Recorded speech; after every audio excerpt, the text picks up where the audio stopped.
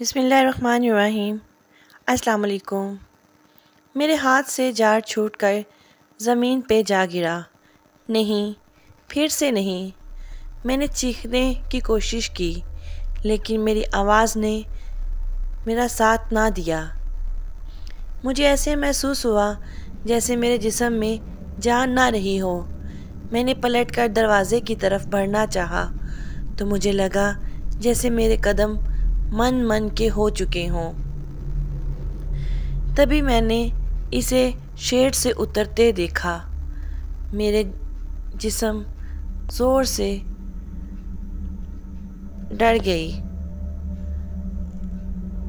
میں نے جسم کا پورا زور صرف کرتے ہوئے خود کو دروازے کی طرف دھکیلا اور دروازے سے ٹکرائی۔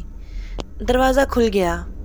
میں نے ایسے زمین پہ گر گئی کہ میرا آدھا جسم کمرے میں اور آدھا گیلری میں تھا۔ تبھی مجھے کسی نے بازوؤں سے پکڑ کر جھٹکے سے اپنی طرف کھینچ لیا اور میرے حلق سے چیخ نکل گئی، بیٹا گھبراؤ نہیں، یہ میں ہوں۔ میرے کانوں میں چاچو کی آواز پڑی اور میری جان میں جان آئی۔ چاچو نہ جانے کب اوپر آئے تھے اور انہوں نے مجھے دروازے کے باہر گرتے دیکھا تو بازوؤں سے پکڑ کر باہر اپنی طرف کھینچ لیا۔ اب چاچو کی نظریں اسٹور کے اندر کا جائزہ لے رہی تھیں اور ان کے چہرے پہ خوف و فکر سے ملے جلے تاثرات تھے۔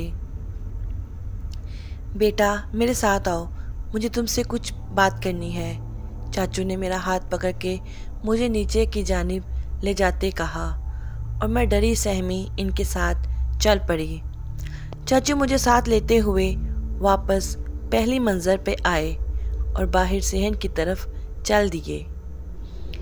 بیٹا بھلے ہی آپ ابھی بہت چھوٹی ہو لیکن جو کچھ میں بتا رہا ہوں اسے غور سے سننا اور ذہن نشین کر لینا، کیونکہ معاملہ تمہاری زندگی اور سلامتی کا ہے۔ آج سے 50 سال پہلے یہ فارم ہاؤس تمہارے دادا نے ایک اجنبی شخص سے خریدا تھا۔ وہ شخص اتنی کم قیمت میں فارم ہاؤس فروخت کر رہا تھا کہ اتنی قیمت میں اس دور میں بامشکل 10 مرلے کا ایک گھر ہی خریدا جا سکتا تھا، اور اس کی وجہ ہمیں کئی سال بعد سمجھ آئی۔ جیسے ہی میں 17 سال کا ہوا، بابا نے مجھے بھی اپنے ساتھ فارم پہ کام پہ لگا دیا۔ اس فارم پہ مجھے ہمیشہ ایک عجیب سا خوف رہتا، ایسے جیسے مجھے ہر وقت کوئی دیکھ رہا ہو، کسی کونے کھدرے یا کسی جھاڑی کی باڑ سے۔ ہر وقت مجھے دیکھے جانے کا احساس ہوتا اور ساتھ ہی اکثر مجھے فارم کے مختلف حصوں میں ایسی آوازیں سنائی دیتی جیسے لکڑی کو کسی نوکیلی چیز سے کریدا جا رہا ہو۔ شروع میں تو میں یہی سمجھتا رہا کہ یہ آوازیں چوہوں یا پھر کیچوؤں کی لکڑی کے تختوں پر بھاگنے دوڑنے کی آوازیں ہیں، لیکن گزرتے دنوں کے ساتھ ان آوازوں میں شدت آتی جاتی رہی۔ اس عجیب و غریب بے معنی احساس میں بھی پورا دن فارم پہ کام کرتے وقت مجھے ان آوازوں سے بھی بری طرح سے کوفت ہوتی اور کام میں خلل آتا۔ میں نے بابا سے اس بارے میں بات کی لیکن انہوں نے ایسی کوئی آواز سنائی دینے سے یکسر انکار کر دیا اور یہ کہا کہ ایسی آوازیں چوہوں اور گلہریوں کی ہو سکتی ہیں۔ ایک روز میں مویشیوں کے احاطے میں بھوسے والے ہٹ میں مصروف تھا کہ دائیں طرف کی دیوار میں سے وہی کھرچن کی آوازیں سنائی دینے لگیں اور حسب معمول جب شروع ہوئیں تو جیسے رکنے کا نام ہی نہیں لے رہی تھی۔ اس روز پہلے ہی میری طبیعت ناساز اور موڈ خراب تھا، اوپر سے ان آوازوں نے جیسے میری زندگی اجیرن کر رکھی تھی۔ اس دن میں نے فیصلہ کیا کہ ان آوازوں کا پتہ کر کے ہی رہوں گا۔ میں فوراً آوازوں کی شیڈ تک گیا اور وہاں سے ایک آہنی ہتھوڑا نکال لایا اور دیوار پر جہاں سے آوازیں ابھر رہی تھیں اس جگہ پوری طاقت سے ہتھوڑے کے کئی وار کیے۔ لکڑی سے بنی دیوار کچھ دیر میں ہی ٹوٹ گئی۔ اس کے ساتھ اندر سے ایک کوئی چیز میرے قدموں میں آ گری۔ میں نے دیکھا تو مجھے حیرت اور خوف کا شدید دھچکا لگا۔ وہ ایک لاش تھی، بہت پرانی لاش جس کا سارا گوشت گل سڑ چکا اور وہ دیکھنے میں انتہائی کریہا اور بدشکل معلوم ہو رہی تھی۔ مگر دیوار کے اندر وہ لاش آئی کہاں سے؟ یقیناً جس شخص نے اس کو قتل کیا ہوگا اس نے ہٹ تعمیل کرتے وقت لکڑی کے دو پرتوں کے درمیان اسے پھنسا کر کیلوں کے ذریعے دیوار میں چن دیا ہوگا۔ میں بھاگتا ہوا گھر واپس گیا اور بابا کو لاش کی برآمدگی کی اطلاع کی۔ بابا نے گھبراہٹ میں فلور پولیس کو اطلاع کر دی۔ جب پولیس اہلکار فارم پر پہنچے ہم نے انہیں لاش دکھائی تو ڈیوٹی پر موجود انسپکٹر نے لاش کی جانچ کرتے ہوئے کہا، یہ لاش کم سے کم 50 سال پرانی ہے۔ پولیس نے ضروری قانونی کارروائی کرنے کے بعد لاش کو تحویل میں لیا اور سرکاری سرد خانے تک پہنچا دیا۔ پولیس نے ہم سے فارم کے سابق مالک کے متعلق کوائف طلب کیے اور بابا نے انہیں فارم کی فروخت کی دستاویز فراہم کر دیں۔ اس کے بعد المختصر یہ کہ لاش کے پوسٹ مارٹم کے بعد اتنا ہی معلوم ہو پایا کہ وہ لاش ایک جوان عورت کی تھی اور اس کے مرنے کے ممکن وجہ دم گھٹنا ہو سکتی ہے۔ بقول ڈاکٹرز اس عورت کو یقیناً بے ہوشی کی حالت میں ہی دیوار میں چن دیا گیا تھا اور ہوش میں آنے پر اس نے گھبراہٹ میں دیوار سے نکلنے کی بہت کوشش کی ہوگی، بہت ہاتھ چلائے ہوں گے مگر نہ نکل سکی اور دم گھٹنے سے ایک بھیانک اذیت ناک موت کا شکار ہو گئی۔ اس کے بعد چند دن بعد وہ پراسرار لاش سرد خانے سے غائب ہو گئی اور پولیس کو فارم کے سابق مالک کا بھی کوئی سراغ نہ مل سکا۔ لیکن چند روز بعد پھر سے فارم میں وہی لکڑی خریدنے کی آوازیں آنا شروع ہو گئیں اور بیٹا پھر شاید ہی ایسا کوئی دن ہو کہ میں نے اس مکروہ لاش کو فارم میں کہیں کسی کونے کسی کمرے میں دیوار خریدتے نہ دیکھا ہو۔ وہ بہت خطرناک بلا ہے جو نفرت کی آگ میں جھلس رہی ہے، لیکن میں نے بابا نے اس بلا سے بچنے رہنے کا ایک طریقہ دریافت کر لیا اور وہ تھا اسے یکسر نظر انداز کر دینا۔ بھلے وہ بلا جان لیوا مخلوق ہے مگر وہ اسی صورت انسان پر حملہ اور اس کا تعاقب کرتی ہے جب کوئی اس کی طرف متوجہ ہو، اس کی طرف دیکھے یا اس پر حملہ کرنے کی کوشش کرے۔ میں نے تب سے اب تک یہی روٹین اپنائی ہے کہ جب بھی کبھی مجھے فارم میں کہیں لکڑی خریدنے کی آوازیں سنائی دیتی یا اس بلا کی جھلک نظر آتی تو میں اسے یکسر نظر انداز کر کے وہاں سے ہٹ جاتا اور اپنے کام میں مگن ہو جاتا۔ اس طرح دوبارہ کبھی مجھ پر حملہ نہیں ہوا۔ بیٹا، وہ بلا لکڑی اس لیے خریدتی ہے کہ اس کی موت بھی لکڑی کھرچنے سے ہوئی ہے،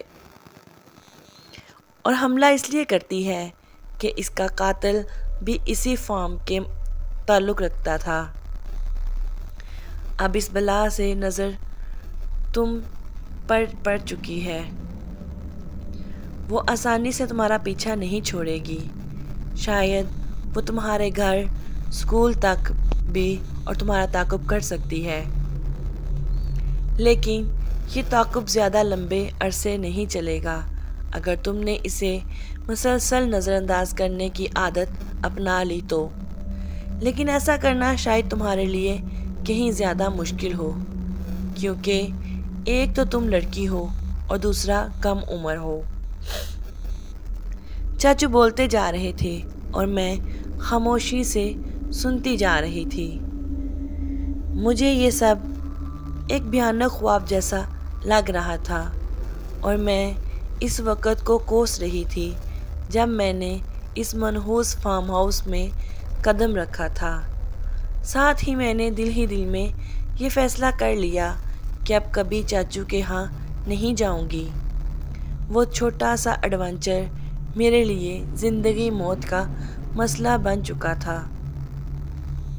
اس شام ہم گھر واپس آئے اور تبھی سے میرے لیے خوف و وحشت کا نیا دور شروع ہو گیا۔ اس رات میں نے حسب معمول ہوم ورک مکمل کرنے کے بعد میں نے اگلے دن کے لیے اسکول بیگ تیار کیا اور سونے کے لیے لیٹی۔ ابھی کمبل اوڑھا ہی تھا کہ مجھے ایسی آوازیں سنائی دی جیسے کوئی میرے بیڈ روم کے دروازے کو باہر سے کھرچ رہا ہو۔ ساتھ ہی مجھے ایسی آوازیں سنائی دینے لگیں کہ جیسے کوئی کھڑکی کے شیشے پر انگلی سے دستک دے رہا ہو۔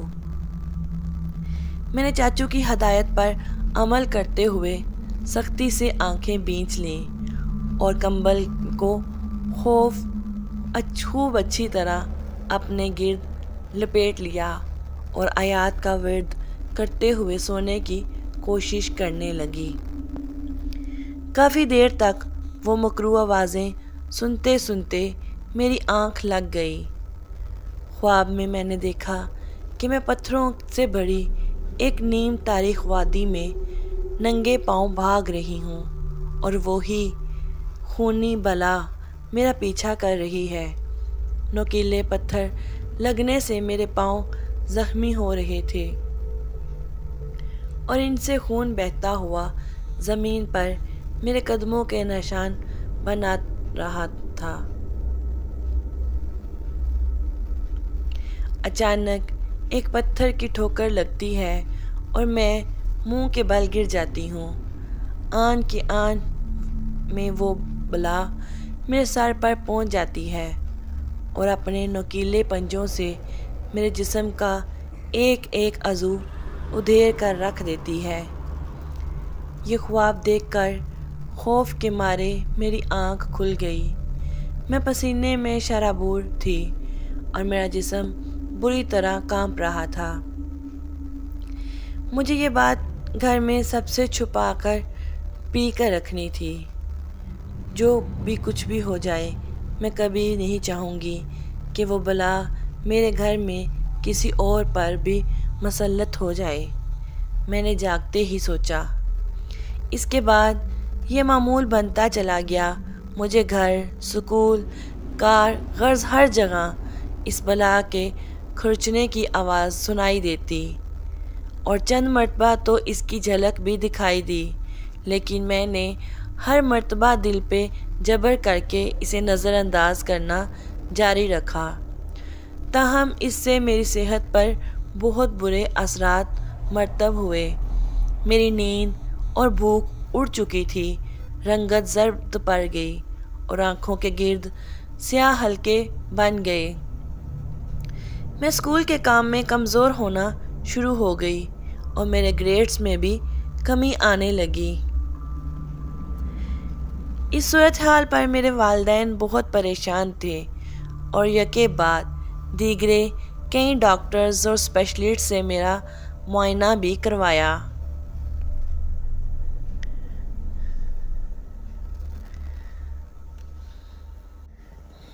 تاہم کسی بھی مرض کی تشخیص نہ ہو پائی، بلکہ مجھے تو ڈاکٹر کے کلینک اور ہاسپٹلز میں بھی وہی منحوس کھرچپن کی آوازیں ہی سنائی دیتی۔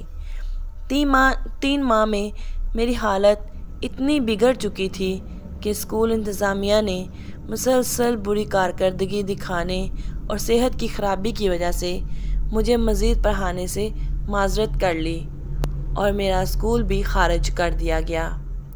دوسری طرف اب میں اتنی کمزور ہوتی جا رہی تھی کہ مجھے ہاسپٹلائز کیے بغیر کوئی اور چارہ نہ تھا، اور یوں مجھے شہر کے ایک معیاری اور اچھے ہاسپٹل میں ایڈمٹ کر دیا گیا۔ میرے پورے خاندان پر میری وجہ سے پریشانی اور تکلیف کا دور شروع ہو چکا تھا، اور مجھے اس بات کی بھی الگ شرمندگی تھی، لیکن پھر ایک دن مجھے وہ آواز نہ سنائی دی۔ پورے 24 گھنٹے گزر گئے، وہ منحوس آواز سنائی نہ دی۔ کیا میری تکلیف کا اختتام کا وقت آن پہنچا ہے؟ کیا وہ بلا میرا پیچھا چھوڑ چکی ہے، یا پھر اب موت کے اتنے قریب ہوں کہ مزید کوئی خوف مجھے تکلیف نہیں دے پا رہا؟ اگلے روز میں نے سوچا، لیکن 3 دن گزر گئے اور مجھے پھر سے وہ آواز دوبارہ سنائی نہیں دی۔ 10 سال بعد اس واقعے کو 10 سال کا طویل عرصہ بیت چکا ہے، اور اس دن کے بعد نہ تو مجھے کبھی ایسی کوئی آواز سنائی دی اور نہ ہی کبھی وہ مکروہ بلا کا سامنا ہوا۔ جس دن سے مجھے وہ آوازیں آنا بند ہوئی تھیں، اس دن کے بعد میری طبیعت نے بھی سنبھلنا شروع کر دیا، اور میں مزید 1 ہفتہ ہاسپٹل میں گزارنے کے بعد مجھے صحت بہتر ہو جانے پر ڈسچارج کر دیا گیا۔ اس کے بعد میں کبھی چاچو کے ہاں نہیں گئی، اور میں نے دوبارہ اسی اسکول میں ایڈمیشن لینے کی بھی کوشش نہیں کی، جس سے میری یادیں تلخ وابستہ تھیں۔ مجھے اس سے بھی اچھے اور معیاری اسکول میں بآسانی ایڈمیشن مل گیا، اور اب 10 سال بعد میں ایک اچھی حیثیت سے اپنی عملی زندگی کا آغاز کر رہی ہوں۔ چاچو نے 1 سال قبل اپنا فارم اور گھر کسی کنسٹرکشن کمپنی کے اچھے اقداموں فروخت کر دیا، جنہوں نے فارم کو مسخ کر کے فارم کے اس کے ارد گرد وسیع زمین پر ایک ہاؤسنگ سوسائٹی کی بنیاد رکھی۔ چاچو نے ہمارے ہی شہر میں ایک گھر اور چند دکانیں خرید لیں۔ بقول ان کے اس عمر میں مجھ سے اب زیادہ محنت والا کام نہیں ہوتا۔ مجھے اس کمپنی کے اس کارکن اور اس ہاؤسنگ سوسائٹی میں کچھ عرصے بعد مکان خریدنے والوں سے دلی ہمدردی ہے، کیونکہ وہ سب نہیں جانتے کہ بہت جلد ان کا ساتھ کیا کچھ ہونے جا رہا ہے۔ سٹوری اچھی لگی ہو تو سبسکرائب کیجیے گا۔ اپنا خیال رکھیے گا۔ اللہ حافظ۔